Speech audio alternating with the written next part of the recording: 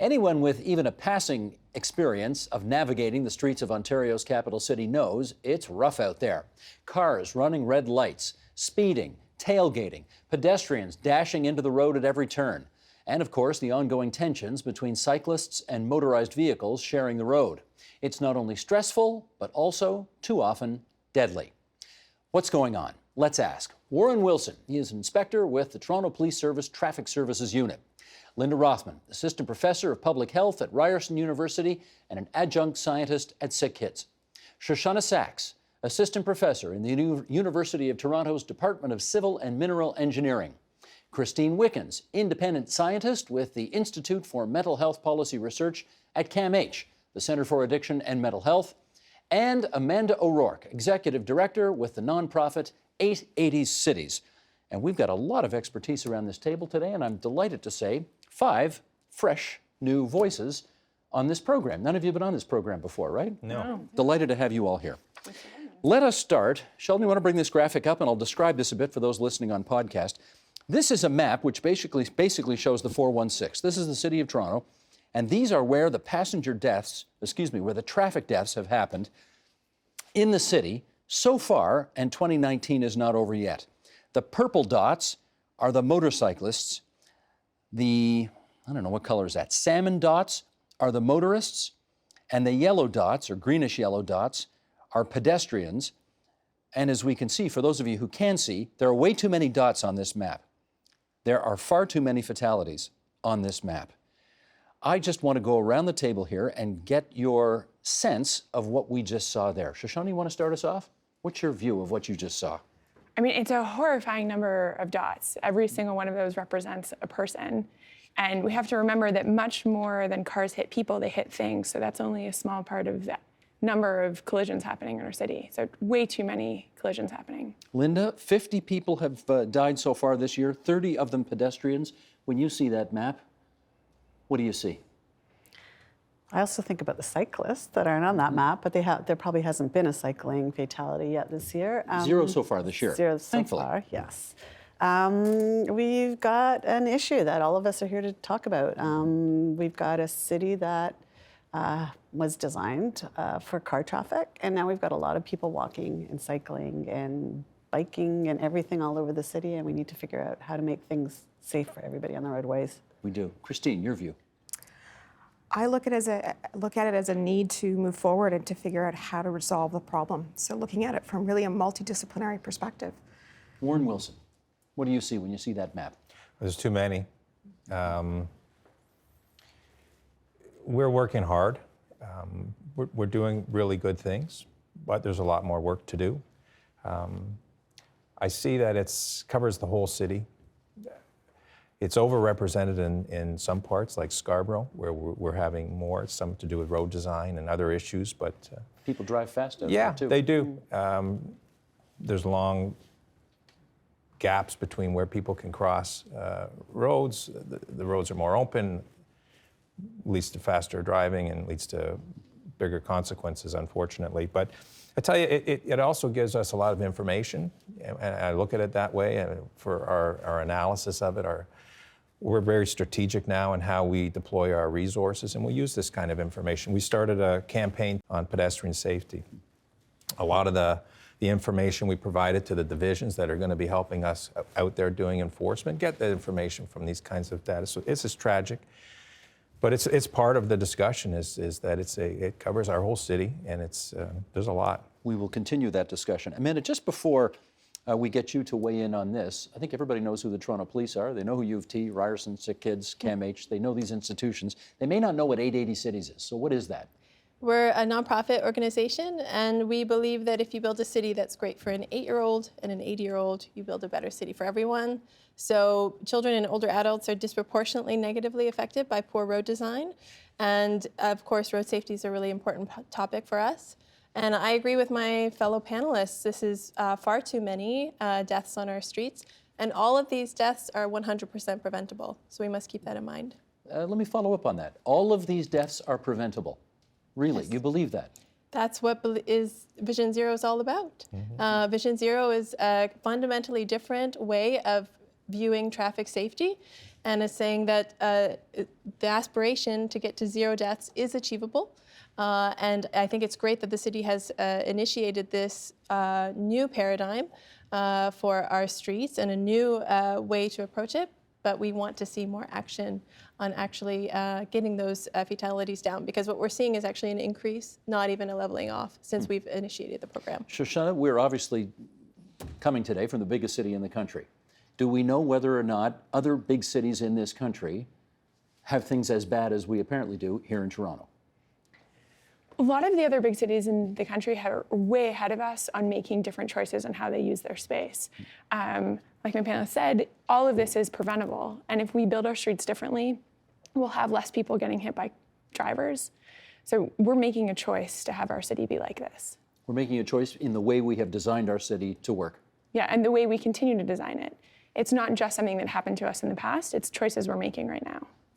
Okay, let's just put this on the record here. According to the OECD's International Transport Forum, Canada is one of only 7 industrialized nations where pedestrian deaths are on the rise. One of only 7. What is it about, I mean, you've talked about design. Maybe you can just sort of put a little more flesh on that bone. What is it about the way we design this city that makes them so dangerous for pedestrians? We put the car first. So people are dying because we're choosing cars over choosing people. If we make roads wide, if we make them feel like they're fast places to drive, people will drive fast. It doesn't matter so much what the posted speed is. Whereas if we make wide sidewalks, if we make bike lanes, if we use road diets, which is where you make the crossing shorter, where pedestrians have to cross the street, then everybody drives slower, they look out for each other more, and fewer people get hurt. Thus the importance of smart design. Exactly. Got it, okay. Amanda, how about Toronto compared to other cities in the country? How are we doing?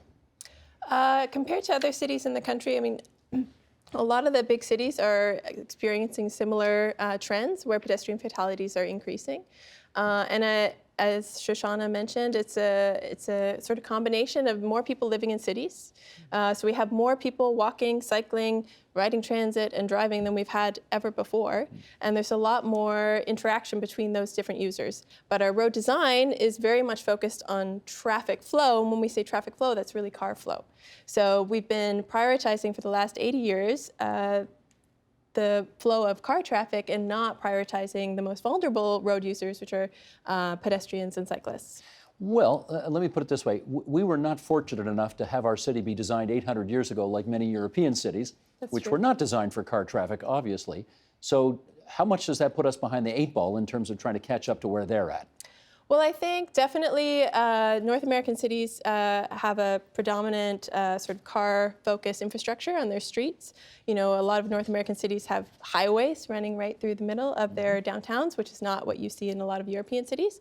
But it's important to remember that a lot of European cities were invaded by the car. So despite their infrastructure, a lot of their street infrastructure being focused on pedestrians from the beginning, they actually had a huge car invasion like we've had here, and now they've made changes to actually reorient towards people. And so, you know, a lot of those wonderful plazas that you see in Copenhagen and in Utrecht and all those lovely cities, they used to be car parking lots, and they were transformed into places for people. And that was a deliberate choice to sort of build on what Shoshana was saying. That was a deliberate choice by the city administration to say, actually, we're going to prioritize people and their health and well-being, and we're going to get some of the cars out of where these areas where there's a high number of pedestrians and cyclists using the streets. Again, getting back to design. Yeah, Shoshana. And if I can add to that, a lot of it has happened really fast and really recently. I mean, even Copenhagen, which we hold up as the example of biking and people-oriented cities, they've had a huge increase in their bike infrastructure in just the last 10 years. London is the same. Helsinki, cities all over Europe have made this choice very recently. Can I? Yeah, please, go ahead, Lynn. I just wanted to add to what you said. The important piece of information that's missing from maps like that are the numbers of people who are actually walking and cycling. And you mentioned it, we've got a lot more people walking and cycling. I remember biking downtown 15 years ago and hardly anybody was on a bike downtown. And now there's masses of people on bicycles, there's masses of people walking. So you put a lot of people into these environments that are more car focused. That's one of the major issues that in my job anyways, that I have to deal with, I'm sure other people here as well, is that we don't have any numbers of people. Like, we don't know how many numbers of people are walking. We don't know how many people. So we don't know actually those increases in numbers of people getting hit are the result of more people out on the streets. But you did some studies on this, did you not, about where the accidents were happening? We did. What'd you find out? A lot of our recent research has been about equity in the city. And what we found is actually, it was a little bit older data because it takes us a while to get data, but from 2008 to 2015, there's actually been a decrease in pedestrian collisions during that time. 2015, I'm not talking about more recently. Because it's gone up recently, obviously. Yeah, well, and when we looked a little bit more closely at it, we found out that actually the decreases were only in the high income areas. This is in Ontario, actually. There's actually increases. I think it was a decrease in 22% in collision rates, pedestrian collision rates in high-income areas, and an increase by 14% in low-income areas in kids. So we've got real equity problems, and in particularly in the city of Toronto, if you actually look at the infrastructure that's being built, another one of our works that was published last year found that there's way more traffic calming in high-income areas in the city of Toronto. You go into the low-income areas, and there's virtually or very few speed humps and other different types of road design. So that explains it. That, I mean, we've got to start. Vision Zero is all about equity. It's all about looking at data. It's all about making things data-driven. So we need to start looking at the real numbers and where the needs are, rather than the loudest voice gets the speed hump. So, which is a huge deal. I know everybody at this table knows what Vision Zero is, but I'm not going to assume that everybody out there knows what it is. Do you want to just take 30 seconds and tell us what it is? So it was a movement that started in Sweden approximately 30 years ago. The goal of it is to get to, which Amanda said, 0 fatalities or severe injuries.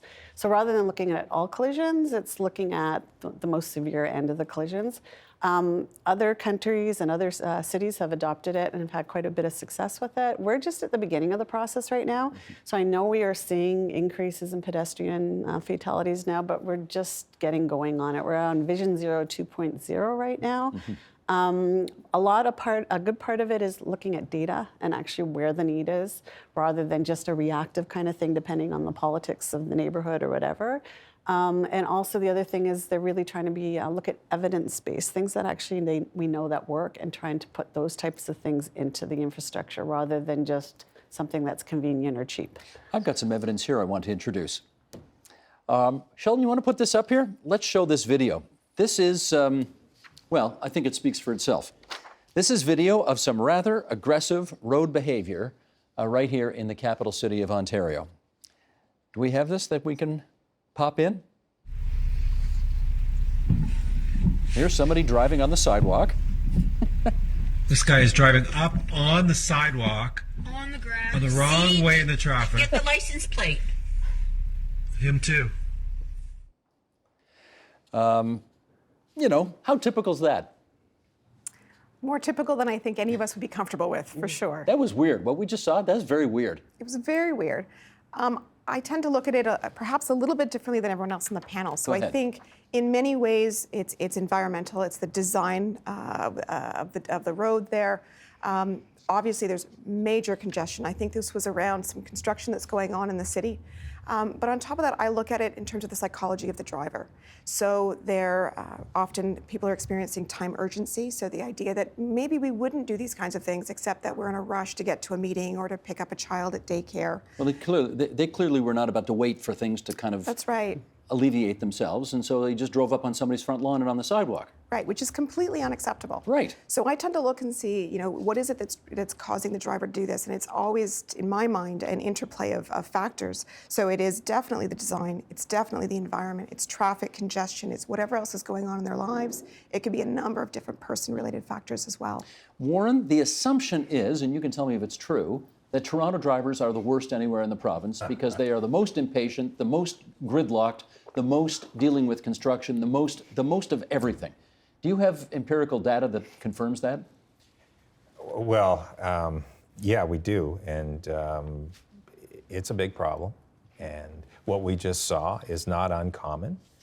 And I think you can add to some of the causes is there's anonymity, I think, with people driving in a car. They can't really be seen. Especially if the windows are tinted, Yeah. which there's more of that now. Yeah, and I think that people just, they're not afraid that they're going to get stopped by the police as much as they were at one time. And I don't think there's an expectation of a police officer is going to be on that street at that time. So people think that this is something I'm going to do. I think you can certainly look at the construction, the congestion, some of the the crosstown with TTC. Even bike lanes on Woodbine Avenue has resulted in a lot of people now driving through the side streets there that didn't before. So you have these roads that are not built for this kind of traffic and trucks. And as a result, we have people like this that take it upon themselves. This is the kind of behavior that we've started an online reporting system. So people that see things like this can take down license plates and pass on this video. And when they do, what happens? Well, it gets assigned to somebody and gets investigated. And if we can lay a charge, identify a driver, we'll do that, and we've done that. It also informs us, though, where problems are happening. So when we can direct resources there, we'll do it. So we need the details and the information. So.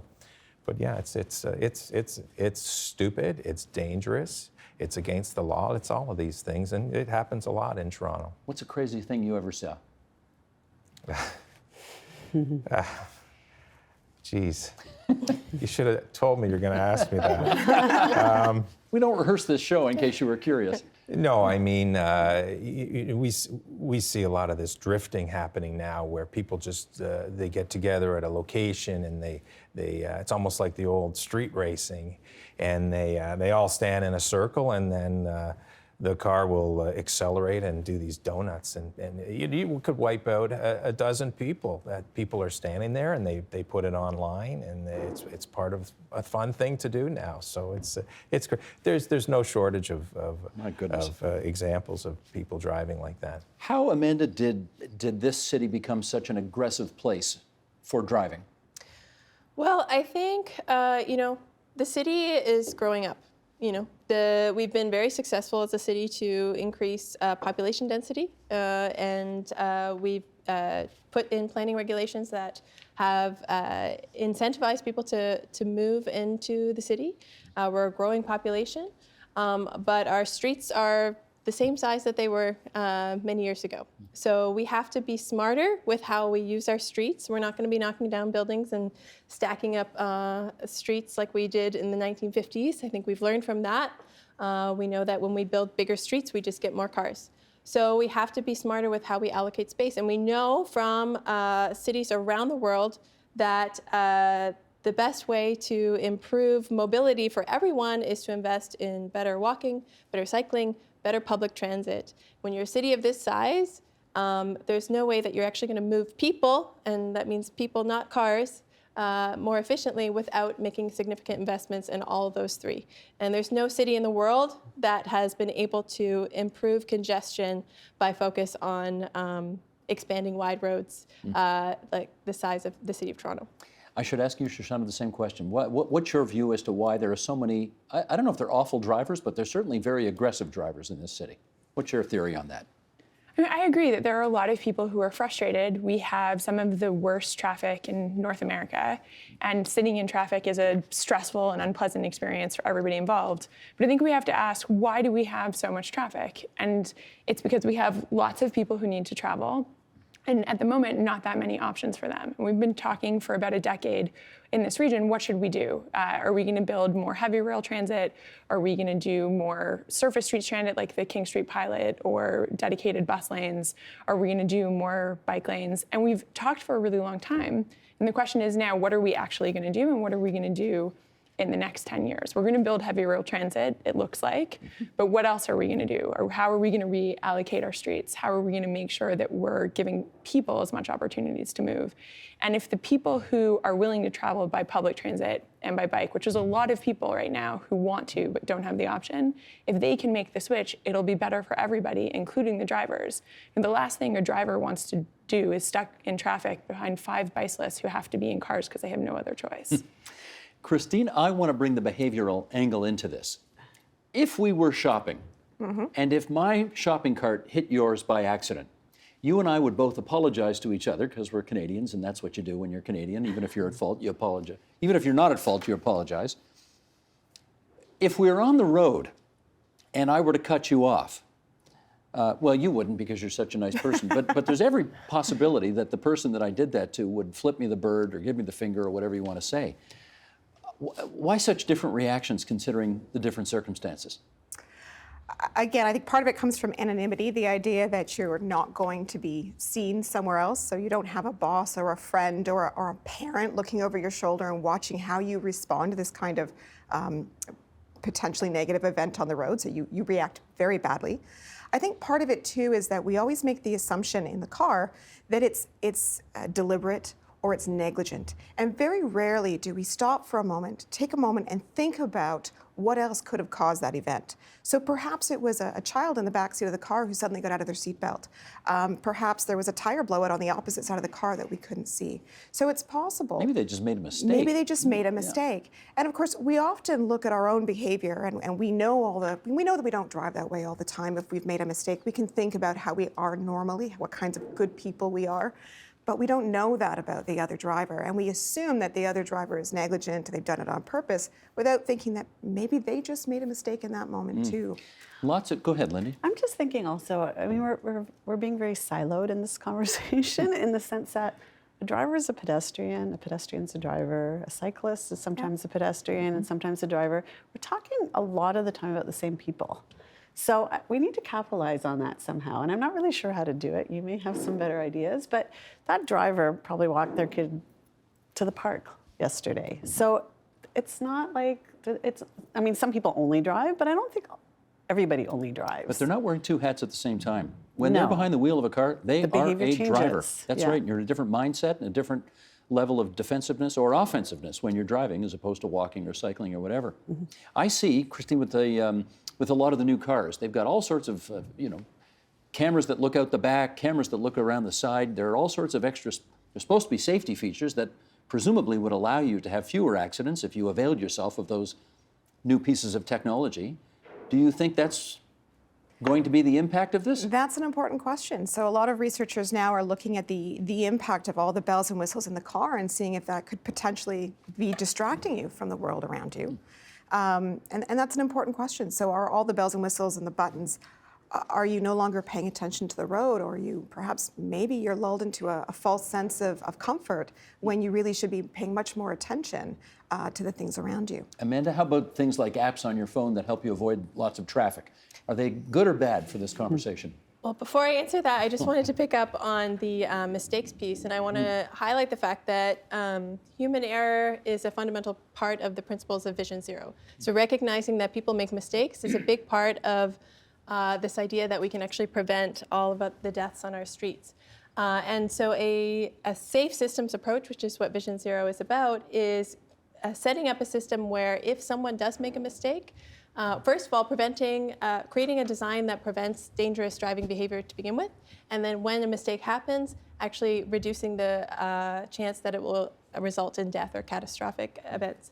So that's a big part of this conversation, and having streets that are sort of more forgiving of human error. In terms of the apps, this is a question that we've had quite a lot. And I think the overall approach has to be around reducing car dependency and car trips. So, if there's a traffic crash on the 400 series highways, traffic is diverted to the arterials. If there is something happening on the arterials with constructions, traffic is diverted to the residential streets. So the bigger question is, how do we actually reduce the number of car trips and encourage more active transportation? Because that's the only way that will actually really make some significant movement on reducing fatalities. Gotcha. I want to read this tweet here, okay? Sheldon, we're going to bring this up here. Warren, I'm going to get you to comment on this first. Here we go. This is a guy named Aidan Crane who puts on Twitter, "I hardly ever see police enforcing traffic rules. Maybe if it was typical to see a few cars pulled over every time you take a drive, it might improve. But they're mostly leaving the streets to the public menaces." How would you respond to somebody like Aidan who put that tweet up there? Well, it is frustrating. We have issued over 200,000 tickets this year. We're not doing no enforcement. We're doing less than we've done in the past. Does that include like parking violations and that type of thing? No, that's talking just about moving violations. Got it. However, I don't disagree with him. It's happening less. There's I think, a great benefit to road safety when 100 people drive by a police car that has somebody stopped and the officer's out there and these people are being held to account and getting a ticket. I think there's an effect that lasts for a period of time after that, a halo effect, and I think when people use those, so there's great benefit to it. All right, in which It's case, expensive. well, that's the what I was going to problem. ask you about. Because, for example, you could stand 50 meters north of this studio right now at the corner of Yonge and Eglinton. You could put an officer there, they could stand there all day long, and they could make a fortune. They could make a fortune pulling over people who are making illegal turns, who are running the red light, and so on and so forth. Why don't you? We've taken the approach now to be more strategic, and the research has shown that what saves lives is stopping aggressive drivers, impaired drivers, slowing people down. That's where we focus our enforcement now. So we don't see you won't see as much police officers on side streets doing things. That doesn't mean stop signs and wearing your seatbelt isn't important. It is, but our real focus is on those, we call it the big four offenses, and that's that. But What are the big four? it's aggressive driving, distracted driving, impaired driving, and it's speeding. Those are the big four. That's our focus. That's the focus of our campaign. But again, and I wanted to add on to the talk a little earlier. There's a risk part to this where people are taking risks as drivers, as pedestrians, as cyclists, that we need to talk about more. The reality is we have a lot of mid-block fatalities where people are hit crossing the road mid-block, and there's a number of reasons for that. And it's not illegal to cross the road. If you park your car and you're going to the bank, but there's nothing wrong with crossing the road. However, people have to recognize that it's risky. That's risky, and that cars are coming, and it's vice versa. If people are making a left turn at an intersection and you're driving, most of the serious collisions that happen with driving happen when people need to think about those things. We have to get that conversation going. I've seen examples of people who they don't walk, I guess, they're running. They run across the 401. Yeah. How crazy is that? It's a bad idea. It's a bad idea. No kidding, it's a bad idea. Shoshana, I mean, running across the 401 is pretty extreme. We shouldn't run across the 401. you think? But people mid-block cross not because they're irresponsible or they don't understand the risk. It's because they don't have a good alternative. If you have to walk 800 meters to get to a stop sign and then walk 800 meters back, that's a lot of time. And people aren't willing to make those sacrifices every day. If we're willing to ask pedestrians to give up that kind of time, let's ask people in comfortable vehicles that are temperature controlled and that weigh thousands of pounds to give up that kind of time.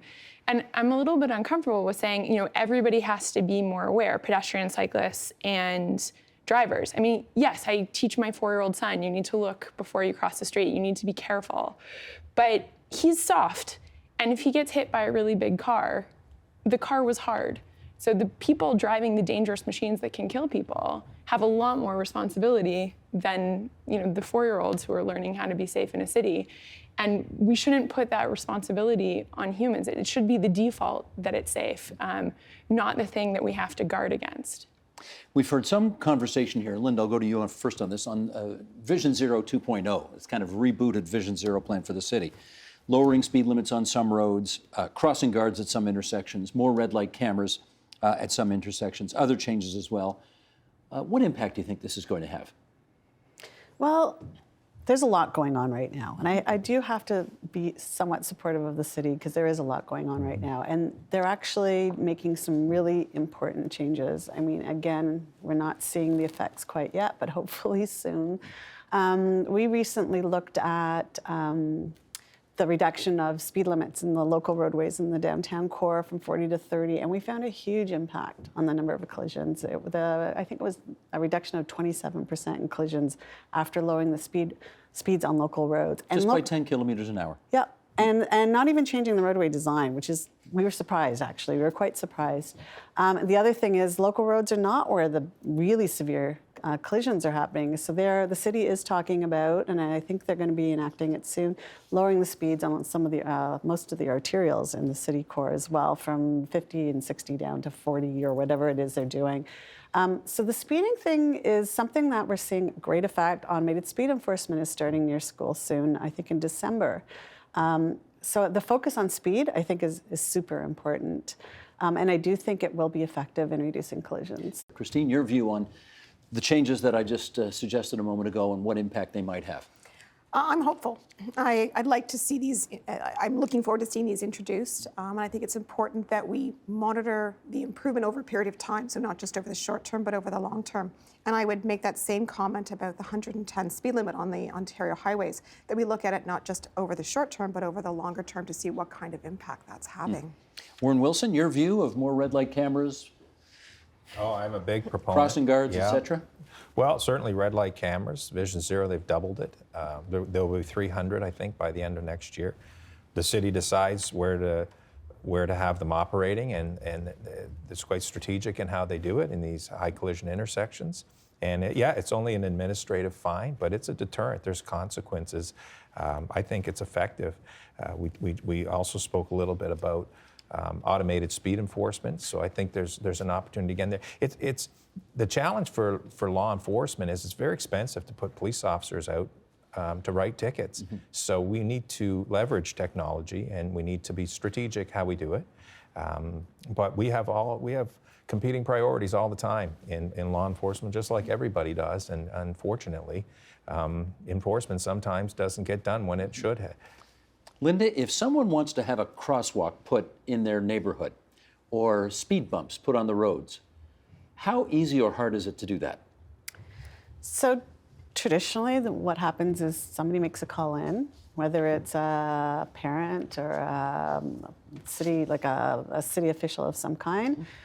There is like a process the city goes through to determine whether or not it's warranted and whether or not it's an appropriate location for it. And you may be better able to speak to some of that. But again, that initial call needs to be made by somebody. And traditionally, so we call that a responsive reaction. They go in, they check it out. If they feel it's appropriate to put something in, they do. How long does that take? I actually don't. That I wouldn't know. It probably takes a while. But the issue that I have with all that is somebody's got to make that call. So again, high-income areas, low-income areas. The high-income areas, they know who to call. They know how to do it. They know that they have the rights to do it. Some of the low-income areas, and that's what we've been talking to the city a lot about. They don't have the connections. They don't know who they're supposed to call. They don't even know that maybe that's a possibility to get something put in. So again, the city is talking about, you do have to be responsive politically sometimes to some requests, but they're actually making a huge effort at making sure that it's not just the calls that are getting the stuff. It's based on what the numbers are and what's happening in the neighborhoods. Shoshana, if you want a crosswalk or a speed bump in your neighborhood and you call City Hall, how long does it take to make all that happen? Well, right now it's taking a really long time. I mean, there was just press coverage over the weekend in the Star that the city is putting in, less than 10 crosswalks a year, and there's hundreds of requests. So there's a big challenge with how long it's taking. But one thing I want to add is that we're talking a lot about how to control cars, and that is really, really important. But people aren't going to get out of their cars unless there's somewhere else to go. And for that, we need better public transit. We need better active transit options. And if people can get where they need to go in a way that's faster, that's cleaner, that's cheaper, that's better for everybody, then everything gets better all at once. Our Vision Zero goals, we're closer to meeting them. Our air quality improves, our physical health improves. It makes for a more fun city. So it's not just about getting cars to slow down, though that is really, really important. It's also about giving people the options to make the choices to travel differently. Amanda, I know if you walk or drive down the side streets that are right near this studio, you will see on front lawn after front lawn after front lawn after front lawn signs that presumably the homeowners have put up saying, slow down, kids playing in this area, something like that. They're all over the place. Do they have an impact? They can. Excuse me, Christine. It's okay. I haven't seen an evaluation of those signs, but certainly they can. I've also seen programs by the police where they put up a temporary speed camera that tells the driver exactly what their speed is. I think if it's there for a short period of time, you can sort of see a reduction in speed. But when it sits there too long, the drivers will habituate to it as they've been driving past it repeatedly. So being able to develop programs that are effective, that we monitor to make sure that they're effective, can be beneficial. We've got less than a couple of minutes left here, and Amanda, I want to go to you for this sort of final wrap-up question.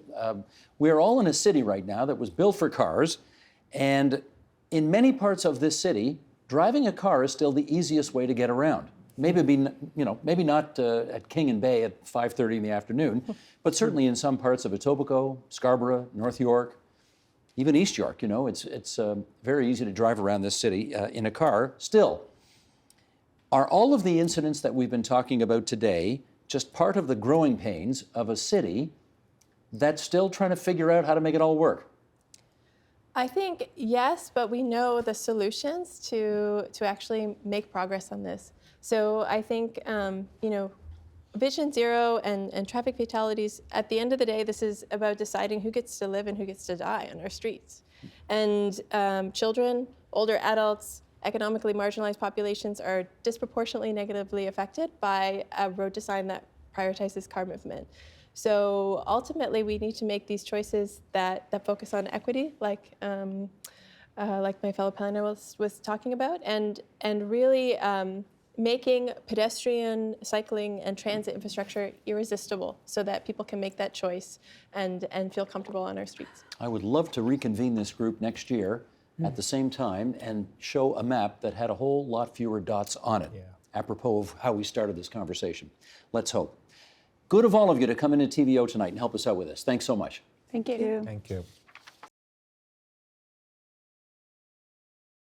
The Agenda with Steve Paikin is brought to you by the Chartered Professional Accountants of Ontario. CPA Ontario is a regulator, an educator, a thought leader, and an advocate.